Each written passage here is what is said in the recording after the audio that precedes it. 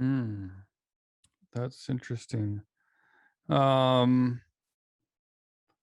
I don't know, like Rise Against is always like we come from the punk and hardcore world. That's where we started.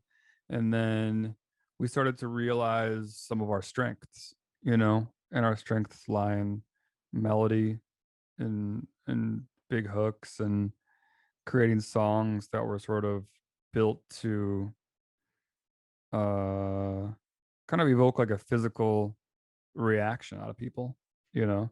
And so that's kind of always on my mind is create something big and dramatic and something that can kind of live alongside the lyrics too and just kind of um echo that urgency that the song is trying to talk about. Because if you're trying to be a vehicle for some of those lyrics, then the song has to kind of keep up. Mm.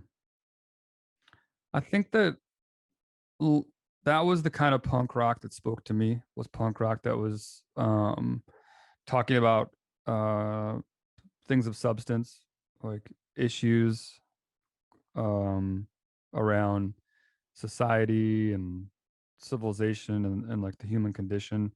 That's the kind of punk rock that I identified with, and so um, given the chance to create a song and create a band, that sort of was my natural tendency, I guess. And it wasn't really even like a blueprint or a plan. It was just sort of, what do you want to sing about? Okay, here's what I want to sing about.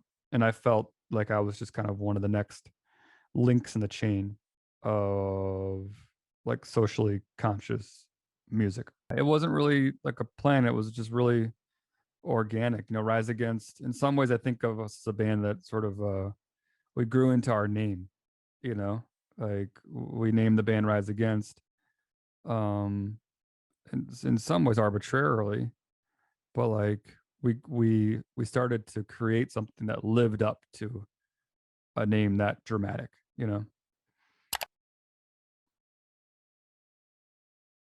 So with Nowhere Generation, we're trying to overcome a lot of the preconceptions of like the millennial generation, younger generations, and what they've been saddled with and what their legacy will be. And instead of being dismissive of young people complaining about the world, we want to write a record that lends an ear to their complaints, to hear their fears, to hear their anxieties, and then to start asking questions. Is this generation, how is this generation different than previous generations? And what are they facing that we didn't face, that I didn't face, my parents didn't face, and how and in what direction is the world trending in? Like uh, here in America, we've normalized the idea that you can work a full-time job and still be poor. When I grew up, a single income family could live a middle-class lifestyle, and that doesn't exist anymore. And so the Nowhere Generation album is sort of giving voice to some of the some of the feelings that of growing up in that kind of world can create.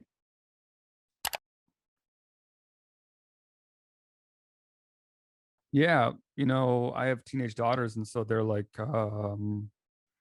starting to become young adults and start looking at like the world that they will enter into very shortly.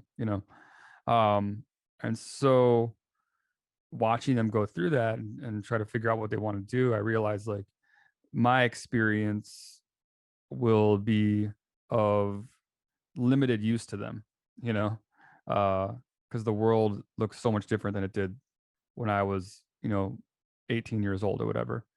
I grew up in a relatively political, a stable time politically, a stable time economically and socially, and they're growing up in a much more volatile world.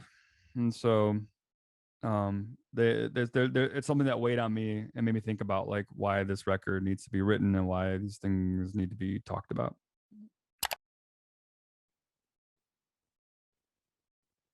Yeah, it's definitely something I didn't anticipate would become such a huge part of my life. and now that it has, it's really um it's come in handy. It's like my own version of therapy to kind of put this stuff down.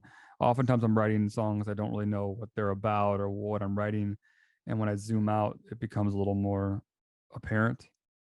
um and that sort of helps me kind of sort of sort through my own thoughts. And so doing the band, it's sort of like it sort of forces me to put pen to paper in that way, you know, um, because I'm creating.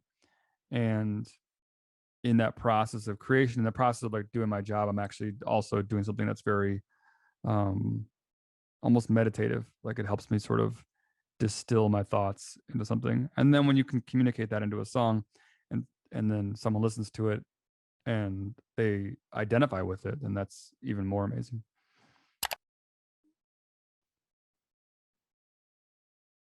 Interestingly enough, a lot of this record was created before the pandemic. We were working on it in 2019.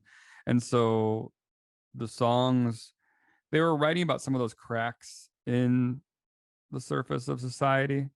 And 2020 like brought those cracks, into reality. And so it was interesting to watch these songs kind of come to life as the events of 2020 unfolded. Um, and we just kept wanting to find a good excuse to get this thing out, and get it to people. And so it's so great to finally be doing that, now on June 4th.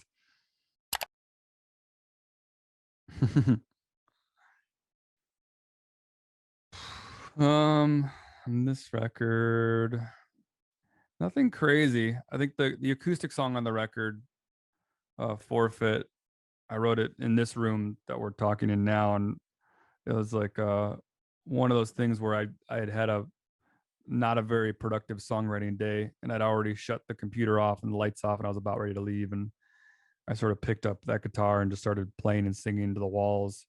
And somehow in like those last 5 minutes of my day, like the whole song came together after I've been trying so hard to create something. When I stopped trying, the whole song kind of like fell out of me. Mm. I think like I would check out The Numbers, which is the first song on the record. We just did a lyric video for that too with an activist group called In Decline, and so people can find that online. Um, yeah, Nowhere Generation is definitely a fave, and we did a video for that song also. So like that's like something people should check out. Um, I love Sudden Urge on this album. It's like a big, heavy song. Yes, there's a lot of stuff on here that like um I think Rise Against fans are gonna enjoy. We're pretty proud of it. All right, cool man. See ya.